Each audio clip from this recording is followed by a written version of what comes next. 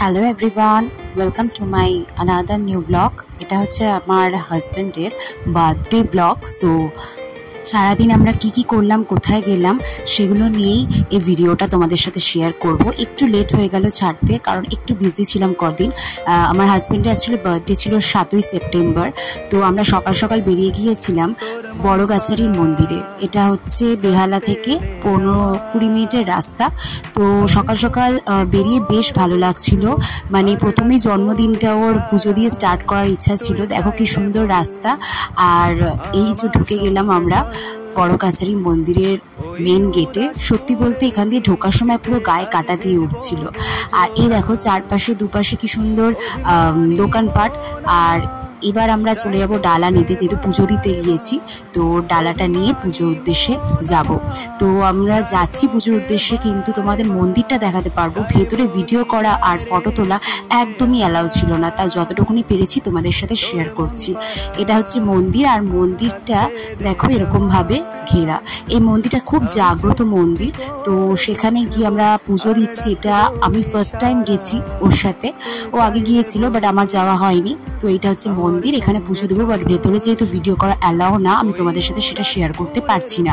আর এর ঠিক দেখো ডান দিকেই রয়েছে মা তারার একটা মূর্তি। সেখানে প্রথমে ধূপদানি আর মোম দিয়ে দেখো প্রসাদ নিয়ে আমরা ফিরছি বাড়ি। তো সকাল সকাল পুজো দিয়ে মনটা সত্যি খুব শান্তি শান্তি লাগছিল। আর তারপরে এসে জোরদার রান্না করতে শুরু করে দিলাম, কারণ জন্মদিন বলে কথা। জন্মদিনে তো 5 রকমের ভাজা করতে হয়, তো সেটাই প্রথমে করে নিচ্ছিলাম। আর এখানে দেখো কি ভাজা করেছি: পটল ভাজা, কাঁকরোল ভাজা, ঢেঁড়স ভাজা, আলু ভাজা আর বেগুন ভাজা। আর করেছিলাম বিউলির ডাল, বেশ পাতলা করে। বিউলির ডাল আমার বর খেতে ভালোবাসে, তো সেটাই করেছিলাম।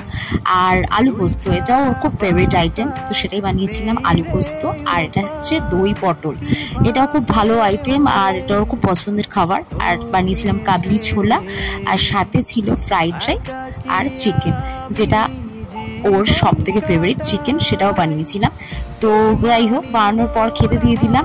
খাওয়া দাওয়া সেরে দেখো খাচ্ছে, খেতে বসেও গেছে। মানে আমি ভিডিও করব কি তার আগে সব কিছু মেখে নিয়েছে ভাত।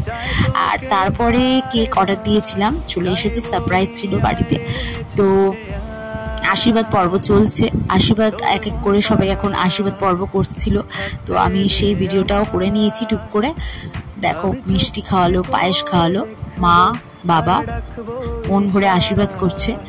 আর আমার সত্যি এই সিচুয়েশনগুলো খুব ভালো লাগে, যে জন্মদিনে কিন্তু আশীর্বাদটা ছাড়া জন্মদিন ইনকমপ্লিট। আশীর্বাদ একদম দরকার।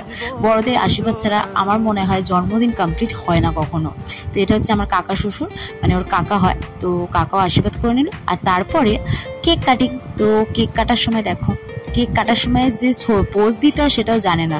তো সে যাই হোক, কেক কাটা হলো, সবাইকে খাওয়া দাওয়া হলো। তো তোমাদের ভিডিওটা কেমন লাগলো অবশ্যই জানিও, কিন্তু যেটুকুনি পেরেছি তোমাদের সাথে শেয়ার করেছি। আর সত্যি বলতে খুবই মজা হচ্ছিল সারাদিনটা। সকালবেলা পুজো দিয়ে এসে তারপরে রান্নাবান্না করে, তার মধ্যে সবাইকে ইনভাইট করে এরকম একটা ছোটোখাটো বার্থডে সেলিব্রেট করেছি, যতটা সম্ভব হয়েছে করেছি।